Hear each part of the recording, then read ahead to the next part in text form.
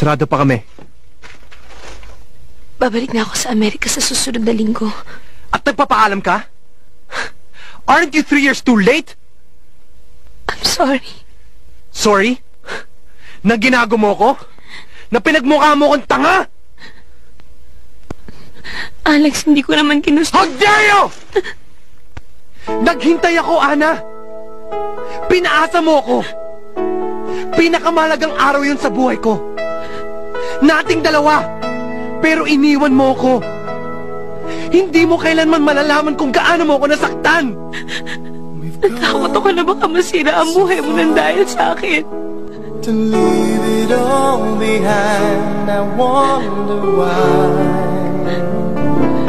Umalis ka na. Why did you go? Paano kung wala mangyari sa atin sa Amerika? Paano kung hindi ka magtagumpay? Alex, anong babalikan mo dito? Hindi ko kaya pagkait sa iyo, Alex. Hindi ko kaya pagkait sa iyo. Maganda kinabukasan mo. How dare you decide my life for me? Dinesisyon ang buhay ko nang hindi mo ako kinausap? Dahil hindi kita kaya harapin. Anong hindi mo kaya? Gulang-gulang ko noon, Alex. Hindi ko alam kung ano magiging reaksyon mo.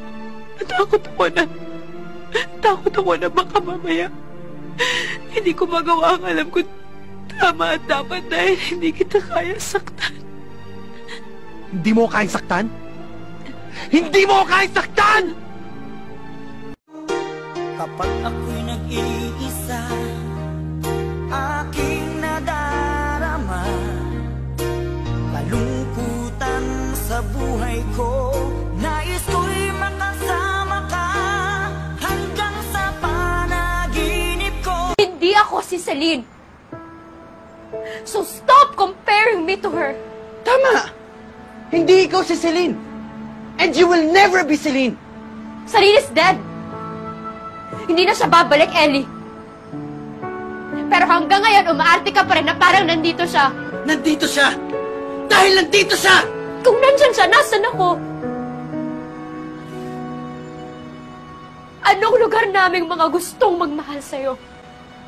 Tagal na nun! Pero yung matagal na yun, nandito pa rin! But that was just one mistake, Kali! Am I not enough? Pangit ba ako? Kapalit-palit ba ako? No! Then why? Bakit mo ako nagawag ng kuhin?